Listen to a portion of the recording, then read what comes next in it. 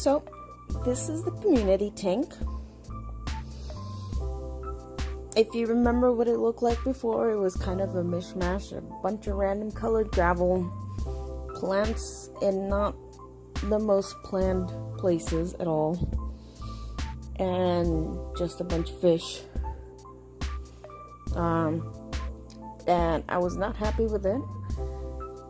I've been meaning to redo it for a while, and so I finally got around to that, and I took a whole weekend to take it apart and cycle it and put it back together after about a week, and this is what I've put together. So first of all, the substrate is black sand, which I will post a link to in the description afterwards. It is inert, so I ended up adding some fertilizer tabs to help with the plants. My Amazon sword is pretty big and it didn't like the transition, so it's melting a little bit, but this has happened before. So I'm gonna have to prune it a little bit after a while, but the center leaves are growing quite nicely. I put all the pearl weed on one side. I'm gonna try and get this to be really thick so that our platy and guppy babies can hopefully hide in there and breed, all while still being in this tank with the big ones. Oh, that's the other big change. There's been some new fish that have been added. You can see a couple guppies back there. We've also added several more guppies. Also these really cool high fin white skirt tetras.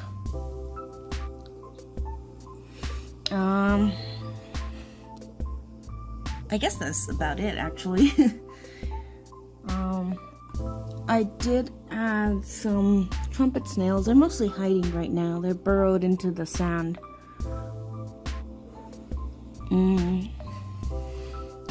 I kept the coconut in the cave, which is down there. Honestly, it's mostly the same, just stuff getting rearranged.